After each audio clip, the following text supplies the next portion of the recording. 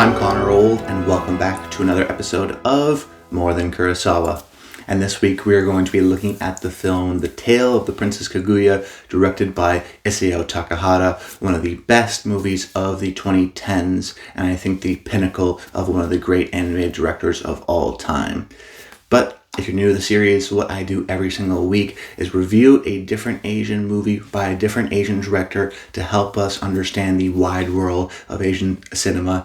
You may have seen, certain Asian directors that are more popular, your Bong Joon-ho's, your Hayao Miyazaki's, but this series really wants to help us explore that there's more than just the hits, that there is, a great 100-year plus history of Asian cinema, of many great directors that maybe you haven't heard of, but this is a great kind of opportunity for you to learn more about their films and some of the directors. So essentially, we divide these videos up into two parts. The first half talking about why I chose that director, about their style, what makes them great.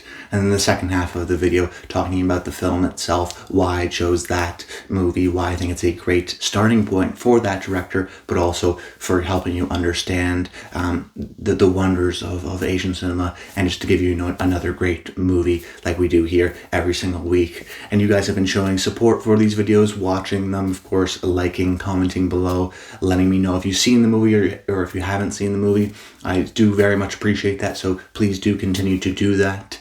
But without further ado, let's jump into things, starting off with the discussion of the filmmaker here, which is Isao Takahata, who is almost the shadow to Hayao Miyazaki. We talked about Japanese animation with Satoshi Kon just a few weeks ago now, and I wanted to cover another animated director because anime and Japanese animation is critical to, I think, the Asian film industry and so much of Asian cinema, particularly within a country like Japan. And when you talk about, Japanese animation, you have to talk about Studio Ghibli. And yet still, I think a lot of people, when they think of Ghibli, they think of Hayao Miyazaki, because he's the one that founded it, but he also founded it with another man, and that man being Isao Takahata. And yet, for some reason, I think the popularity, of Miyazaki's movies are seen in higher acclaim. He's won the Oscars, he's still making movies. He, unlike Takahata's past, he's kind of the face, I think, of Ghibli, and as a result, I think when people think of the studio, they think of just him, and yet he also founded it with Takahata. He learned a lot from Takahata early on in his career, and Takahata also, made amazing movies, similarly just as much as Miyazaki.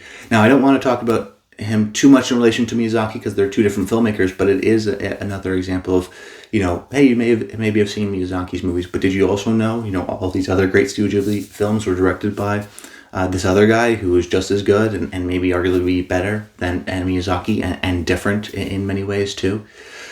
But what I love about Takahata in particular, separating him from someone like Miyazaki, just the filmmaker himself, is his ability to be a chameleon in terms of genres. He can go from, intense comedy to intense drama very, easily throughout his films. He is the Robin Williams of directors, in that Robin Williams can make you laugh, but then also do dramatic parts.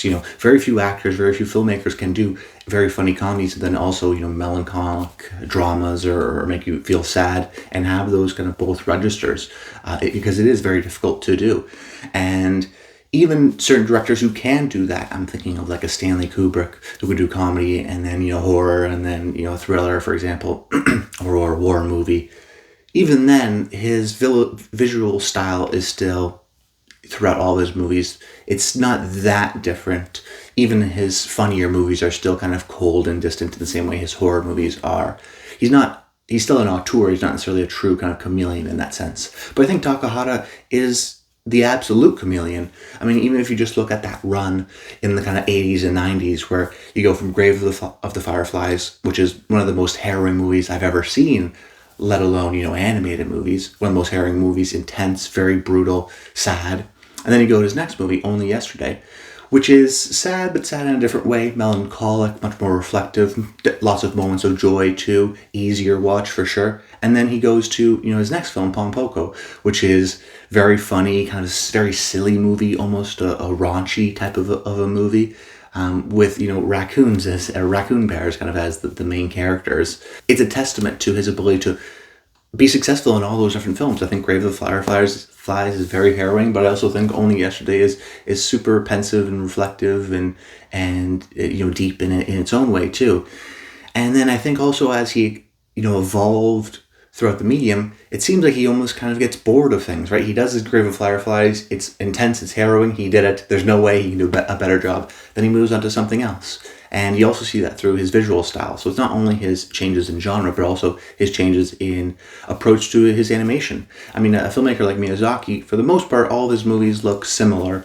But if you look at a movie like Poko versus My Neighbor the Yamadas, or even, The Tale of Princess Kaguya to Grave of the Fireflies, you're talking about a wide range of animation style. Tale of Princess Kaguya, which we'll be talking about later, has kind of all of them in once, using all different types of artwork and the visual sense of style. You wouldn't even totally understand that it's by the same filmmaker had you not already known that, in particular for something like My Neighbor the Yamadas. And he really does change up his visual style to suit the story, which is a great talent, because so much of animation, I think, is developing a style, or even directing or filmmaking is developing a style and then keeping that throughout. And while I like those filmmakers, of course, I am definitely impressed by a filmmaker like Takahata, who can change it up both on the visual style side, but also on the story and genre side. But speaking about that story, what I love so much about Takahata's movies, which sort of is related to Ghibli movies, is their approach to storytelling. And when you think of a Western animated studio like Pixar, they're known for their storytelling. They kind of hype themselves up that they're a great story machine, that they've sort of figured out storytelling. And if you've seen a Pixar movie, right, they're sort of made for adults, but also kids, some silly stuff, but also some deep stuff. There's a very kind of tight story structure. They always try to make you cry. So if you've seen enough Pixar movies, you kind of see their story structure, regardless of filmmaker, in how they tell their stories. But that's not always, of course, the only way to tell stories. And I think what Ghibli does, and in particular Takahata, is a different kind of story. Now, it's also an animated movie. It's also an animated movie that's told for both, I think, kids and adults. But it's less interested in objectives or conflict. It's much more interested, I think, in experiential moments, in wandering, in inner reflection. The characters are almost always introduced first, and we get to understand their world first before we get to a conflict. Whereas in Western animation or in Pixar, pretty early on you understand the goal or the achievement, right? Finding Nemo, he gets lost. His dad Marlin has to go get him pretty early on in the movie, and then we have to kind of follow that journey. But in a movie like, for example, Only Yesterday or even Poko, I mean, these are movies that are kind of day in the life of people or raccoon bearers, and we see the world and we see their dynamics, and we're not necessarily sure where things are going. Things are more so just happening, and we're kind of along for the ride. We get a glimpse into someone's life or their day-to-day. And what that does, I think, is gives the movie a sense of relaxation, of patience, so that you don't become concerned about, what's going to happen? Where are we going to go? Where are we in the story? Are we at the end of it? You kind of just more experience it and live through it. And I think that gives it a different kind of emotional connection, a more subtle, more long-lasting, maybe deeper emotional connection. You're not necessarily supposed to cry right away at a certain beat in a moment. And as a result, you get a little bit more, I think, humanistic, smaller moments, subtler moments. But overall, when I watch a lot of his movies, they're very relaxing, they're very calming for me. And I think act is another kind of part of my emotions. I don't, hate Pixar movies. I actually love Pixar movies, but it is interesting to see, there's still another way to make these movies by telling stories in a different way, in an Eastern kind of a way, but that's still, almost equally as emotionally effective, but told in a different way. Fascinating kind of a comparison there. And I think if you're interested in seeing, different types of animation, different types of storytelling for adults and kids alike, I think Takahata is a great filmmaker to start with. But transitioning now into the discussion of the film, the movie we're covering today is The Tale of the Princess Kaguya, which is about a princess from the moon who was born in a bamboo shoot, who was raised by a bamboo cutter and his wife, as we see the story of them taking her in and raising her to be a princess. The movie is based on Japanese folklore from, hundreds of years ago, so it very much feels like a fairy tale or a storybook, and that's kind of my favorite part about the movie is that the movie understands what type of movie it is and leans into that. First off, on the visual side, I think it's just one of the most beautiful movies to look at. I think it's beautifully animated. They use a wide range of animation styles and techniques. So you have watercolor, you have kind of traditional acrylics, but you also have charcoal, and it'll kind of interchange throughout the movie. So because of that use of the kind of interchangeable artistic styles, I think it adds almost a meta-ness to it, in that you understand that this is a movie, a story that we are telling, which I think fits in tune with the fairy tale structure. This isn't supposed to be something like Grave of the Fireflies, where you're supposed to be kind of immersed and think this is animated, but could be, a live action movie. This is a movie that knows it's a fairy tale, that knows it's fantastical, so you're more accepting of the fantastical kind of visual approach, which is those changes in artwork style. The characters don't always look the same all the time, which I think in turn leads to the fact of Kaguya,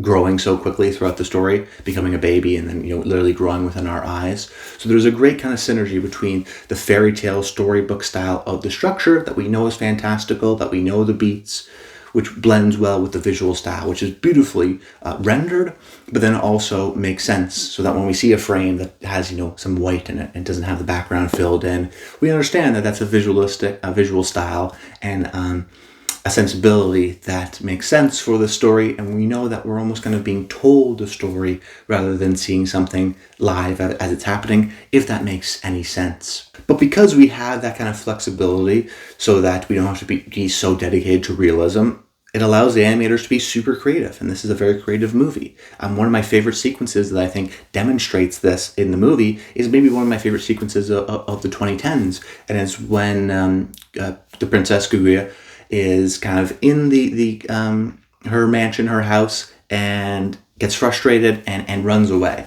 And we see the animation style kind of fall away. She looks a little bit different. We transition from watercolors to more charcoal. So we get, watercolors are more kind of softer, hazier, pastels, to charcoal, which is very kind of intense and chalky and feels a little bit more hard in its edges. And we see her running away, and we see things kind of distort until we're just getting kind of very simplistic lines on a piece of page, and it kind of morphs from this watercolor image to more charcoal, and it has this great sense of speed and pace, and it's a huge stylistic change.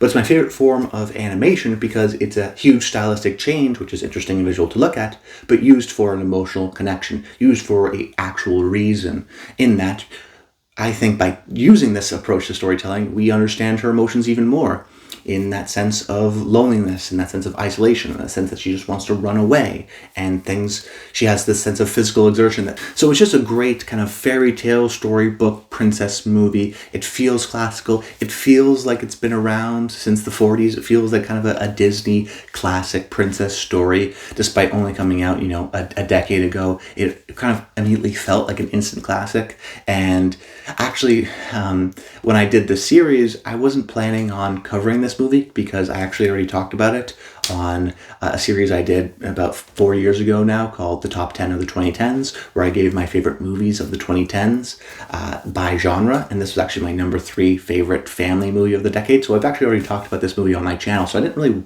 want to talk about the movie again, but rewatching all of Takahata's movies and seeing a couple that I hadn't seen before, I kind of just fell in love with Kaguya again, and this one was the one I was most passionate about, just because I just love the kind of classical beats of the storytelling that it has, combined with that intense, beautiful visualistic style.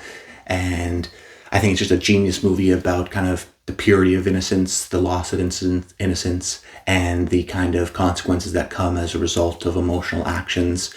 It's got that kind of tragic sense of great fairy tales, that sentimentality, but also melancholy and sweetness. I think it's a genius movie overall. And if you haven't seen any of Takahata's movies, definitely do, because if you'd like a Miyazaki, this is kind of his co-partner, and I don't think you can really understand the full breadth of Miyazaki as a filmmaker without understanding his relationship to Takahata. And he's got so many great movies himself. So overall, a genius classical princess movie with a stupendous visual style, a classic example that when it comes to Asian cinema, there is more than Kurosawa. But that's about it, guys. I hope you enjoyed the video. Make sure you comment below. Let me know your thoughts on this movie. If you've seen it, if you've seen some of other Takahata's movies. Grave of the Fireflies is very popular. Only Yesterday, My Neighbor the Yamadas. So many great movies that he has. And Anna Green Gables, which I haven't really even discussed. But that's kind of, similar, I think, to a movie like Kaguya or Only Yesterday very much. So many great movies that, you can see. So definitely check them out if you haven't. But that's about it. Until next time, stay tuned.